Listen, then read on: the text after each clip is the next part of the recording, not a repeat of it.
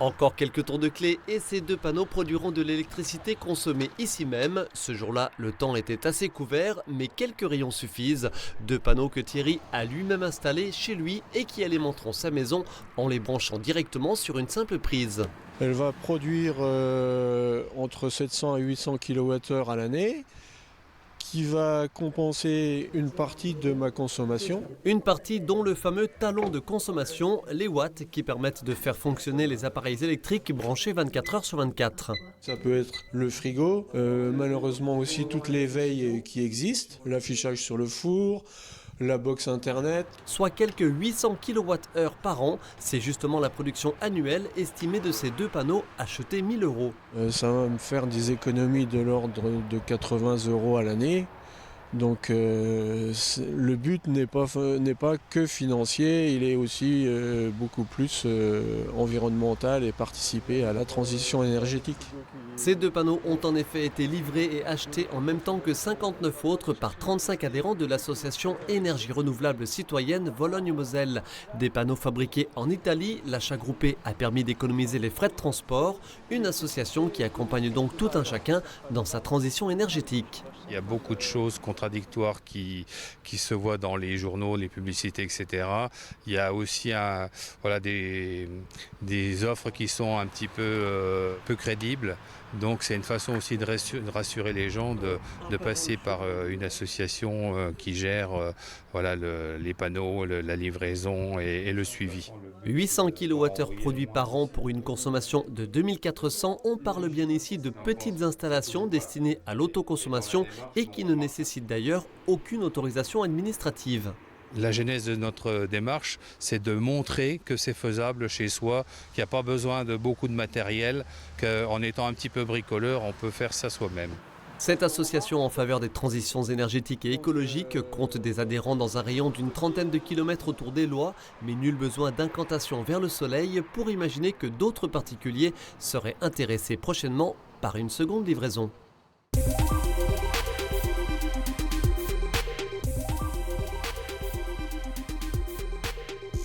Ces vitraux proviennent de la cathédrale la plus prestigieuse de France.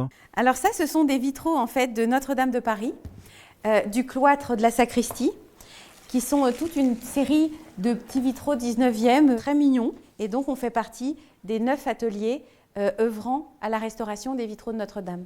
C'est l'une des particularités de l'appel d'offres. Les baies de toute taille sont réparties auprès de plusieurs ateliers. Chacun dit comment il pensait nettoyer. On a ajusté nos procédures pour que ça soit le plus unifié possible. Donc ça, c'est extrêmement rare, puisqu'habituellement, on est tout seul ou à deux sur un chantier. L'atelier troyen s'est vu confier 22 baies de l'aile sud et de la sacristie.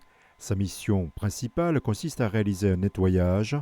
Ces œuvres n'ayant jamais été déposées depuis leur création, poussière et suie de l'incendie se sont accumulées. Les vitraux ont été très peu impactés par l'incendie. Les pompiers ont été extrêmement bien formés. Donc, ils n'ont pas pulvérisé de l'eau sur les baies et on aurait perdu en fait tous les vitraux en fragments. Là, en fait, les pompiers ont vraiment arrosé la pierre périphérique. Donc là, dans cet état, les vitraux ont déjà été micro-aspirés pour retirer le plomb de poussière d'incendie, pour pouvoir les manipuler sans danger. Et puis maintenant, on va en fait intervenir avec des bâtonnets pour pouvoir vraiment nettoyer en profondeur ces vitraux. Le chantier exceptionnel de reconstruction de Notre-Dame de Paris impose une parfaite coordination entre les différents corps de métier. Ce vitrail sera reposé en janvier prochain. C'est extrêmement positif en fait. Après le drame, habituellement on est plutôt en concurrence. Là on est invité à œuvrer ensemble. C'est symbolique parce que c'est Notre-Dame. On est heureux de participer à l'aventure. Ce qui est aussi très atypique, ça attire des journalistes du monde entier. On a eu la BBC, on a eu aussi des télés de Suède par exemple. La construction de la cathédrale s'étend du XIIe au XIVe siècle. Ces vitraux sont relativement modernes. Ils n'ont que 150 ans. Puisqu'au XVIIIe, on n'aimait pas du tout le Moyen-Âge et on voulait faire rentrer de la lumière. On dépose les vitraux du chœur de Notre-Dame et puis au XIXe, on redécouvre le Moyen-Âge. Et là, Viollet-le-Duc fait un travail immense. Il va chercher Maréchal de Lez, donc le grand verrier du Grand Est, réinstaller des vitraux du XIXe siècle, mais qui redonneraient une vibration colorée comme au Moyen-Âge. Le nettoyage et la restauration de ces vitraux devraient s'achever au printemps. Ces œuvres seront réinstallées à Notre-Dame entre janvier et août 2023.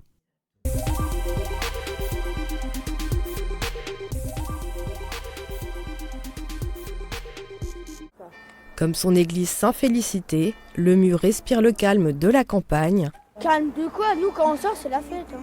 C'est vrai que quand on sort, c'est la fête, mais sinon, c'est assez calme. Hein. C'est bien. Loin du tumulte de la ville, cette bourgade offre une qualité de vie dont rêvent de nombreux urbains. On peut faire des super promenades, on va voir les poules, on va voir les vaches. Là, on vient d'aller faire du foot au City, on est super contente. Un plaisir partagé par ce père de famille, natif du village. C'est super pour les enfants, quoi. Ma fille s'amuse beaucoup maintenant dans la rue, quoi, avec toutes ses copines. Donc on a bien fait dans l'histoire de revenir ici. En 6 ans, le Mu a gagné 171 habitants grâce à son plan local d'urbanisme.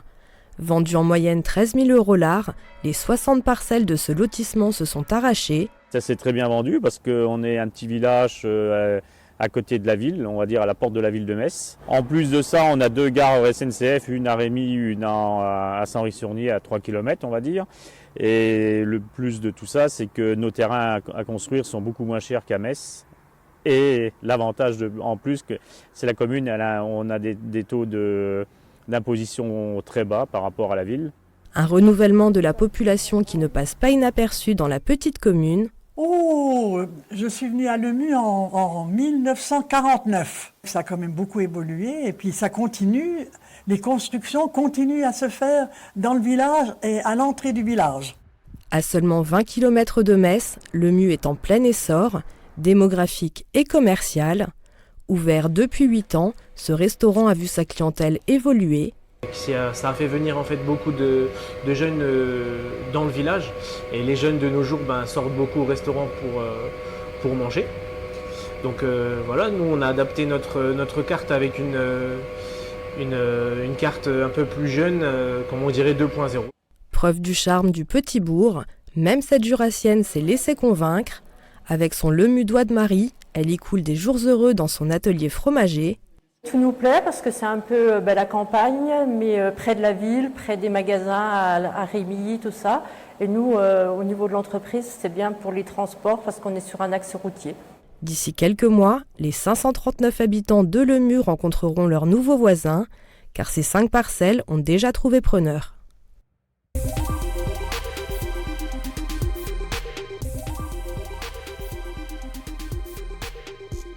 Ophélie Grisier a remporté le titre de première dauphine du concours Miss Agricole 2023. Installée à Dieppe-Saint-Pierre, elle s'est associée à son père pour maintenir l'exploitation familiale. Voilà mon bureau, tout sale. Après une formation au lycée Sainte-Maure, céréales, racines d'endives, pommes de terre, betteraves, sucrières n'ont aucun secret pour elle. À 34 ans, elle a tenu à participer à ce concours de Miss afin de prouver que l'on peut être féminine et agricultrice. C'est moi qui fais les sacs de patates, qui fais les sacs d'endives. Je monte pas sur les gros engins, c'est mon père qui s'en charge. Mais voilà, je roule les bennes, je fais le travail de sol, les plateaux aux patates, je donne un coup de main sur la trieuse s'il faut. Les personnes qui me connaissent pas et qui me voient pour la première fois et qui me demandent ce que je fais dans la vie, ils me croient pas vraiment quand je dis que je suis agricultrice, quoi. Je comprends pas le fait qu'il y ait des clichés en fait sur l'agriculture. Faut être moche pour être agriculteur. En gros, dans leur tête, c'est ça, pas prendre soin de soi, mais alors que c'est complètement différent. On est comme tout le monde, quoi. On est des personnes comme tout le monde. Ophélie milite pour une meilleure reconnaissance des femmes et des métiers de l'agriculture. Pour cela, elle partage son quotidien sur les réseaux sociaux. En fait, je monte mon travail. Ça, c'est quand on épluchait les endives, puis on se faisait tout le temps les fous. On dansait derrière le tapis. Enfin, je montre aussi que je m'éclate dans mon travail, quoi, et que j'ai envie de le partager aux gens. Après, en tant que femme, voilà, c'était vraiment une image que je voulais montrer, comme quoi on peut y arriver et que chacun peut tenir une exploitation agricole. Toutes les femmes que je suis, avec qui je parle sur les réseaux, c'est faut toujours prouver. Je trouve pas ça normal. Ça, c'est plus mon type de photo Instagram. Vous voyez, faut pas le cacher, c'est vendeur. Ce concours de Miss Agricole est organisé tous les ans depuis 2015. Un jury désigne les lauréates parmi les 20 candidates ayant reçu le plus de votes du public. Une occasion pour Ophélie d'évoquer son amour du métier. On est en extérieur. D'être son propre patron, c'est une chance. Et c'est l'entreprise familiale. Et ça, c'est ce qui me tient vraiment le plus à cœur, quoi. C'est de reprendre l'entreprise que mon arrière-grand-père, que mon grand-père, que mon père a fait fructifier. Et que j'espère encore plus fructifier plus tard. C'est une fierté en fait. Il faut savoir tout faire en fait quand on est agriculteur. C'est ça qui est intéressant. Si Ophélie n'envisage pas de se représenter lors des prochains concours de Miss Agricole, elle prévoit de continuer à partager sa passion pour l'agriculture sur les réseaux.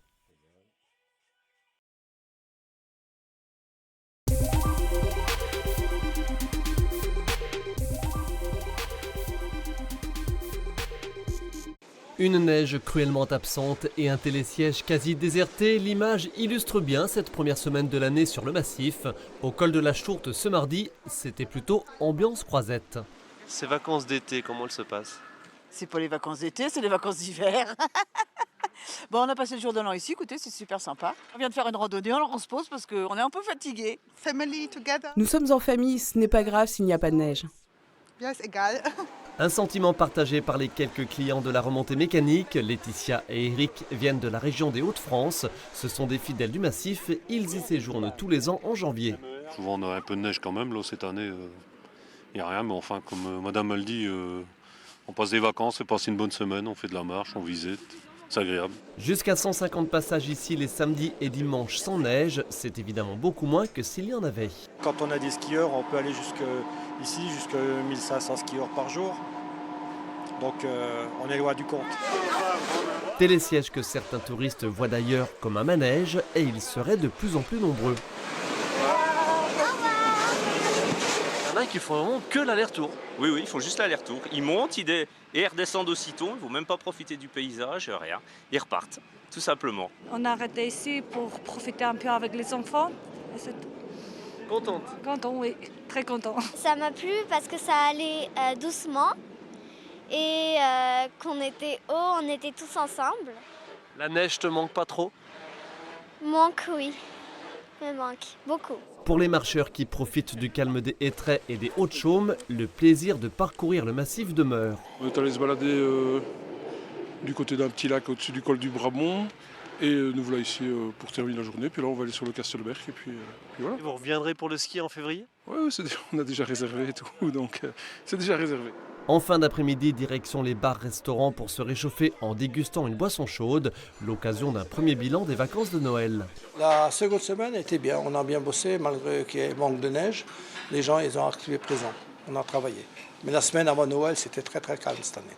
La saison se poursuit avec une fréquentation qui varie en fonction de la météo. Si certains expérimentent à la Chourte la luge d'été sans luge, d'autres profitent des crêtes au coucher du soleil. Quant au ski, 2 pistes seulement sont praticables à la Bressonnec, aucune à Gérardmer. La neige se fait attendre.